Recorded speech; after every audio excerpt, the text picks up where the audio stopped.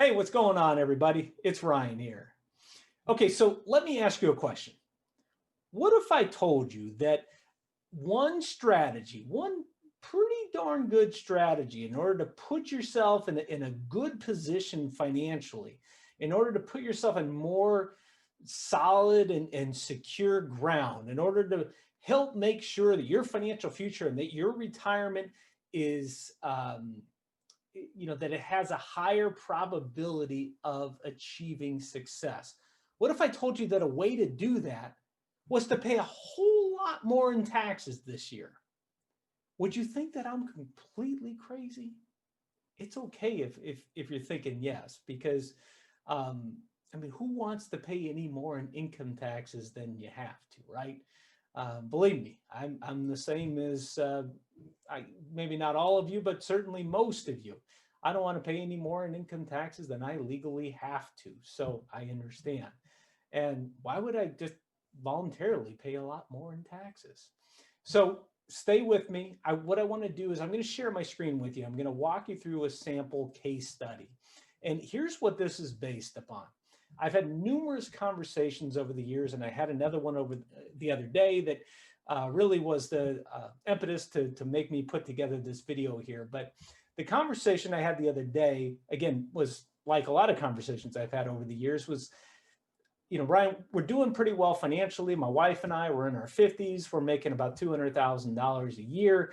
I just don't know why I and my wife, we would choose, instead of funding a pre-tax 401k, that instead we would fund an after-tax 401k, or in other words, a Roth 401k. So the answer is, well, it depends. It's going to depend on a case-by-case basis. It's going to depend upon your financial situation. So again, I said I was going to share my screen with you, so let me go ahead and do that right now.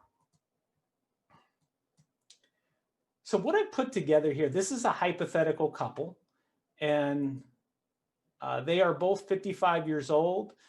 We've got John Sample and Jane Sample, and their expenses right now during their working years are $8,000 per month.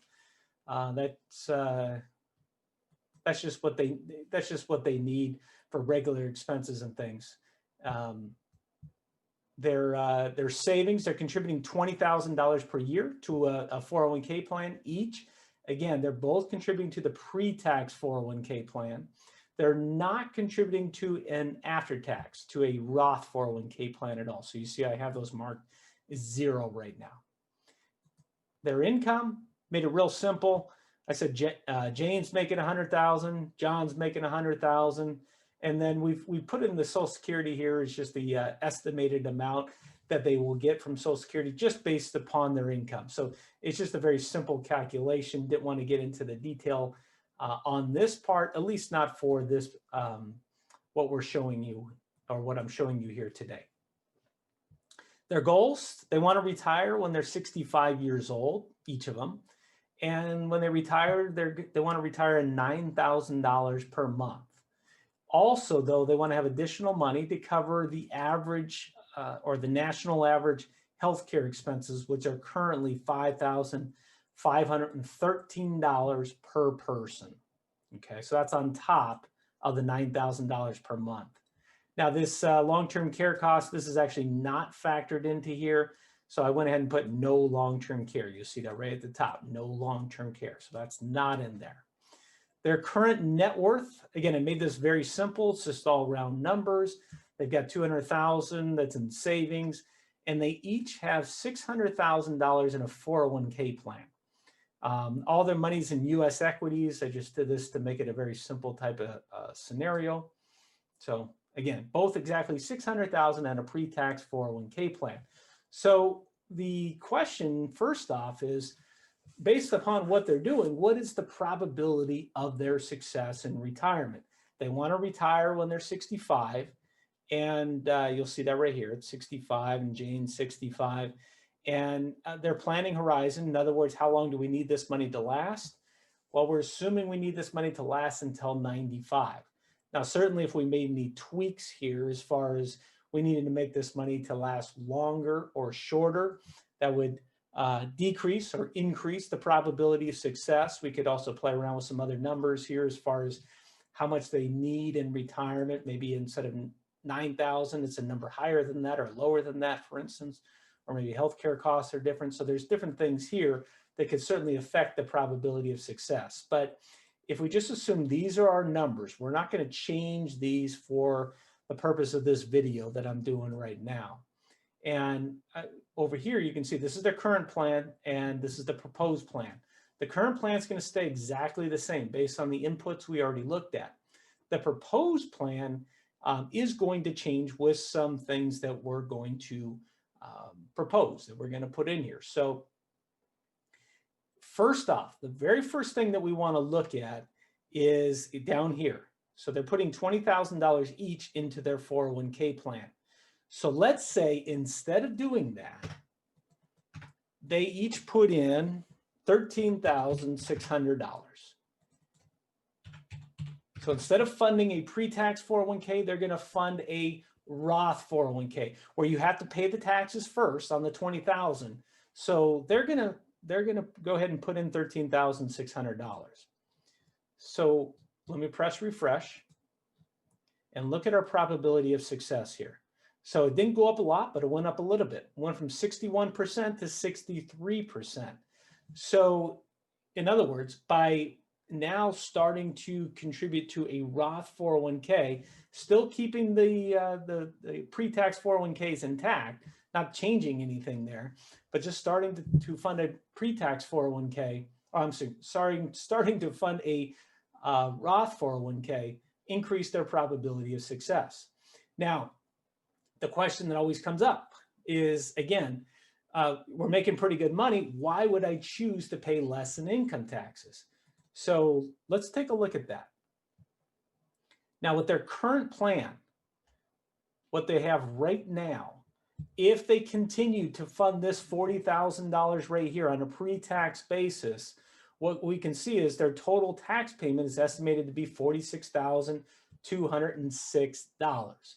Now, this is based on federal taxes, state taxes, which is in California, which is where they live, and FICA taxes, which of course includes Social Security, Medicare, and all the rest of it. Now, again, this is a basic, simple example. Any specific tax advice, talk to your tax advisor, certainly before doing anything tax-wise. But based on these inputs, this is what the program is determining are their taxes. So at $46,206. So their total inflows, again, are $200,000, right? That's coming from their salaries. Their expenses are the $8,000 a month. That's what they're living on in their pre-retirement years. $8,000 a month is $96,000 a year. So plus their tax payment, plus what they're putting in for their 401k. At the end of the day, their total outflows are $182,206. So what does this mean? This means that they have $17,794 left that they don't need in order to meet their expenses. Okay, these are their unsaved cash flows. So remember that number, $17,794, and I've already written that down. Now, let's take a look at the proposed plan. The proposed plan is where they are not funding the pre-tax 401ks, but instead are funding the Roth 401ks. So if they did that, and this is just coming slowly here, we're going to see some changes as far as what they're going to owe in taxes. It's certainly going to go up because they're not going to get the deduction. But let's look at how the rest of the numbers as well play out here. So their tax payment went up to $58,821. That's an increase of over $12,000 for the year by funding the Roth 401k instead. And now they only have $27,200 that they're putting into the Roth 401k because they're doing $13,600 each, remember. Okay, so total inflows, $200,000 from the salary, the $96,000 from expenses. They add their tax payment, their money going into the Roth, and their total outflows, $182,021. So what does that mean? After the end of the day, they've met what they need for expenses, and they still have $17,794 $979 left over. So they actually have about $200 more for the year left over than they did under their current plan. Okay, so that's already an improvement cash flow wise. Not a lot. It's basically the same, $200 difference. But what we're really concerned with, and this is what I refer to as tax forward planning, is why are we doing this? Why do we pay so much more in taxes? And so what we want to take a look at is let's look at the ending balance of accounts based on their current plan.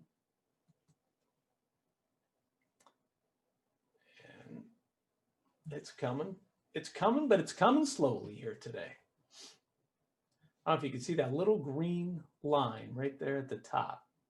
It's got to get all the way to the right, and then it calculates.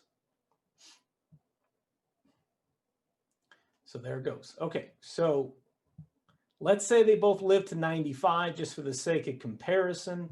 If they both live to be 95 years old, or not both, but at least if one of them lived to be 95, there would be $2.4 million approximately in their 401k plan. Remember, all that's pre-tax. So all of it's fully taxable. So some of it's going to them or to their kids, or their kids inherit it, and some of it's going to the government, depending upon the taxes that need to be paid. Now let's compare that $2.4 million number at 95 over to the proposed plan where we're starting to put into the Roth 401k. So now what's happening? Well, now the numbers aren't hugely different, because now we have, it's about 2.3 million. So it's about $100,000 less actually, but $350,000 is now into the Roth 401k. So not a huge difference, but it certainly is a little bit of a difference at this stage. Okay, now what I want to do though is I want to kick this up a notch. Now remember, just by doing this, when we go back to the analysis here and we see the percentile, it actually increased our probability of success a little bit by going ahead and redirecting that new money that's going into the Roth 401k. Understand it's not going to be as dramatic, especially like when we look compared by the age of 95, how many dollars were into the Roth 401k versus the pre-tax 401k. And the reason it's not that significant is they already have $1.2 million in their pre-tax 401k.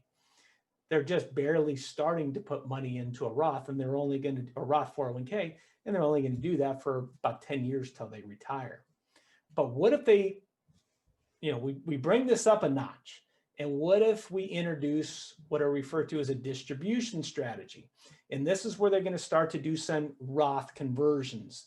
Now, right now, the money's in a pre-tax 401k. But let's say that money was actually in a traditional IRA, which is taxed the same way. When you take the money out, you have to pay the taxes. So let's say they're at a company, maybe they can roll the money to a traditional IRA. They can do an in-service distribution, perhaps, what some companies allow you to do, or they just retire, or they change jobs, and then they do a rollover into a traditional IRA and then decided to do a Roth conversion. Let's just say, obviously every situation is different, but let's say they were able to go ahead and do a Roth conversion with this money. And so if that were the case, the distribution proposal now increases this up to 65% probability of success on this side.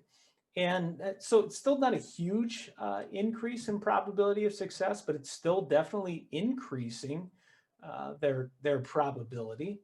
But let's also take a look at this. And now that we're really starting to look at doing some Roth conversions, you're going to see this is really going to increase their tax payment this year. So this year, they're going to owe $109,727 in income taxes. That's huge. That's originally it was going to be $46,000 and change. So that's a huge increase in the amount of taxes that they're going to have to pay if they go ahead and do the Roth conversions. And what's the what's the increase? What do they actually do as far as how much are they actually converting? Well, real quick, let's take a peek at that page. So the first year they're converting $150,641. And then they're doing various amounts year by year. Now understand, this is not a set it and forget it type of thing. So it's you set it up, you decide what makes sense for the first year, and then certainly every year thereafter, you really need to evaluate to see what makes sense within the plan. But this is the initial calibration as to what could make sense for them. So they're converting a lot more money. That's why the tax bill is going to be so much higher in those earlier years. So what the question is really, what is the payoff, right? We're going to pay all this money in taxes, but what does that do for our financial future? So, okay, so let's take a look and see how it looks. So this is the ending balance of accounts.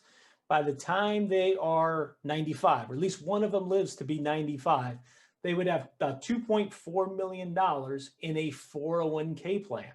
In a 401k plan, right? That's all subject to income tax. If we compare that to the proposed plan, where they're starting to fund the Roth 401k and they're starting to do some Roth conversions, let's look at the difference. Program's going slow. So again, 2.4 million fully taxable in a 401k if they just continue doing what they're doing, versus all in Roth money, 4.6 million completely income tax free. Now that's huge. That's at age 95. And understand, one of the reasons that's so big is that if they never need that money during their lifetime, and that money goes on to their kids, if they have kids and they're concerned about that, that when their kids get that money under the new rules now, kids have to go ahead and take the money out of an IRA or a Roth IRA within 10 years. And so even if they split that up in the pre-tax 401k and took out a little bit, over the course of 10 years, they're still having to take out quite a bit of money. And so as a result, they're having to pay a good amount of income taxes on that money. No longer can you stretch out that money over the course of your lifetime. So that's just not available anymore, unfortunately. Now, the other question that comes up, okay, but what about me? What about my financial future? So what happens, let's say, when I'm 75 years old? What's the difference if I were to do this? Well, let's say you're 75. You've got, and you did these conversions and you started contributing to the Roth 401k. You now have about $3.6 million in your Roth IRA. Compare that to the current plan at 75. Instead of 3.6 million, all completely tax-free, at 75, you've got 4.2 million, all subject to income taxes. Okay. So yes, it's a little bit more money, but well, 600,000 or 700,000 more money, but it's all subject to income taxes. Okay. So it ends up making it a big difference. If you look over here, whoops, at the tax payments under the proposed plan, or I'm sorry, under the current plan, you can see how much you're having to pay in taxes. Even by the time you're 75, it's like 50,000 a year. By the time you're, 80 years old, 65,000, 90,000, or age 90, 89,000 basically. If we compare that to the proposed plan, what's happening is they're not having to pay any income taxes by the time they're 68 years old. At that point, all their income is coming from their Social Security and from their Roth IRA or Roth 401k. So as a result, they're not having to pay anything in income taxes whatsoever. Zero. And you'll see that all the way down. Tax payment, zero, all the way down. So this is all assuming the tax rates stay the same, and that the Tax Cuts and Jobs Act sunsets and the tax rates do go up after 2025 and all that. But could tax rates increase even more so in the future? I believe that they will, certainly my opinion. But if tax rates do go up and you have your money in a Roth IRA, as opposed to a pre-tax 401k that's fully subject to taxation, certainly in my opinion, that's putting you on much more secure financial ground, better financial position. So every situation is different. Your situation could certainly vary. If you have questions on this or anything else, don't hesitate to reach out. Take care, and I'll see you in the next one.